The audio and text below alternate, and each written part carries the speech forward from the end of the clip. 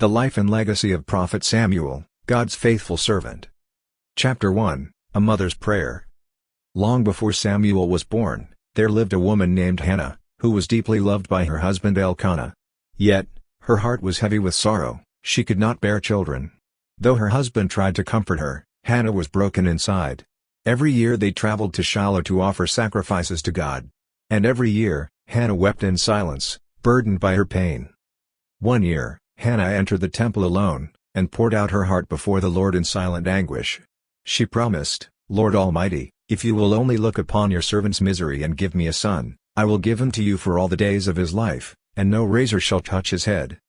Eli, the high priest, observed her moving lips without hearing her voice and thought she was drunk. But when she explained, Eli gently replied, "Go in peace, and may the God of Israel grant you what you have asked of him." Soon, Hannah conceived and bore a son.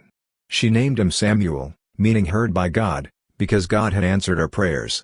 When Samuel was weaned, Hannah fulfilled her vow. With tears and joy, she brought him to the temple at Shiloh, saying, "For this child I prayed, and the Lord has granted me what I asked of him. So now I give him to the Lord. As long as he lives, he is the Lord's." And thus began the life of Samuel, the boy chosen for a divine purpose. Chapter 2, The Voice in the Night. Samuel grew up in the house of the Lord under the care of Eli. He learned the ways of the priesthood, lighting lamps, tending to sacrifices, and listening to stories of Israel's history. Samuel was kind-hearted, humble, and eager to serve. But in those days, the word of the Lord was rare, and visions were not widespread. One night, as Samuel lay asleep near the ark of God, a voice called out, "Samuel." He rose and ran to Eli, saying, "Here I am, for you called me." But Eli replied, "I did not call. Lie down again." This happened a second time and then a third. By then, Eli understood, it was the Lord calling the boy. Eli told him, "If he calls again, say, 'Speak, Lord, for your servant is listening.'" When Samuel lay down again, the voice came, tender and powerful, "Samuel. Samuel." The boy answered, "Speak, for your servant is listening." Then God revealed to Samuel a terrifying prophecy, that he would bring judgment upon Eli's household because Eli's sons had defiled the priesthood and Eli had not restrained them. In the morning, Samuel was afraid to tell Eli. But Eli urged him, "Do not hide it from me." So Samuel told him everything.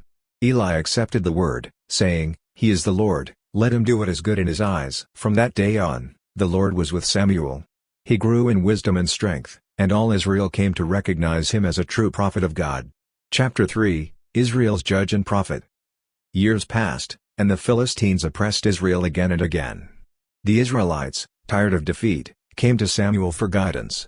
Samuel, now a grown man, urged them, "If you are returning to the Lord with all your hearts, rid yourselves of foreign gods. Serve the Lord only, and he will deliver you from the Philistines." The people obeyed. Samuel gathered them at Mizpah for prayer and fasting. As they repented, the Philistines marched to attack. But Samuel cried out to God, and the Lord thundered mightily, throwing the enemy into confusion. Israel won a great victory that day.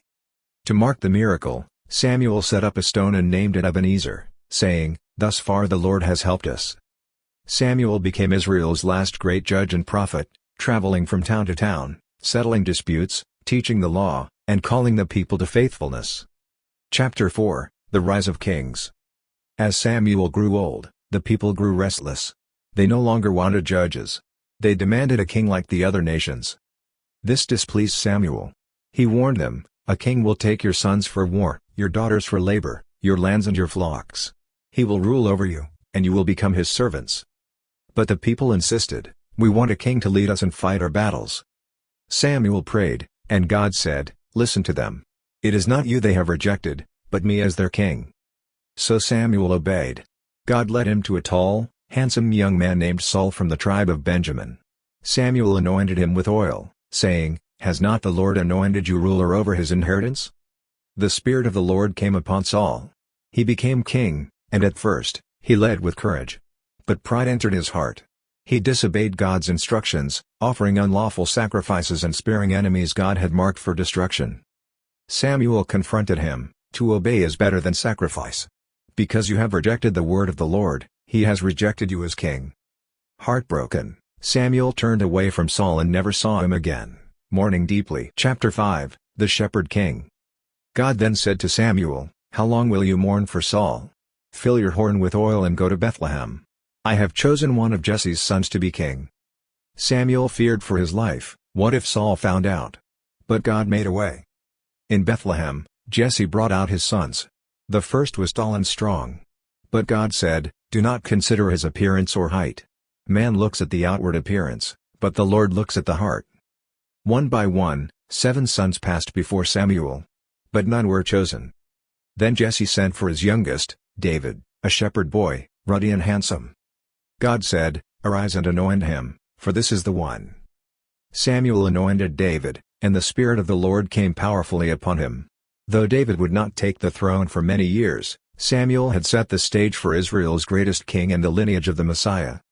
Chapter 6, The Final Years. Samuel's days were nearing their end. He gathered the people and gave one final speech. "Here I am," he said. "Testify against me. Have I ever taken a bribe, stolen from anyone, or treated anyone unjustly?" The people answered, "You have not wronged us." Samuel continued, "You wanted a king, and the Lord has given you one. If you and your king fear the Lord and obey him, all will go well.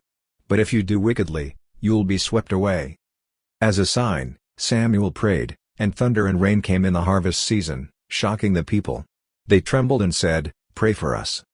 Samuel replied, "Do not be afraid. Serve the Lord with all your heart. Do not turn aside to useless idols. The Lord will not forsake his people, for his great name's sake." Samuel continued to pray for Israel until his death. He was buried in Ramah, his hometown, mourned by the nation. Legacy of Samuel. Samuel was the bridge between the time of judges and kings. He lived righteously in a dark time. From a praying mother's womb to God's prophet, judge, and kingmaker, Samuel was faithful in every season. He listened to the voice of God when others could not hear. He stood for truth even when kings turned away. He left behind a legacy of obedience, intercession, and leadership that would echo through generations. And though his body was buried in Ramah, his spirit lives on, a servant who heard God's call and answered. "Speak, Lord, for your servant is listening."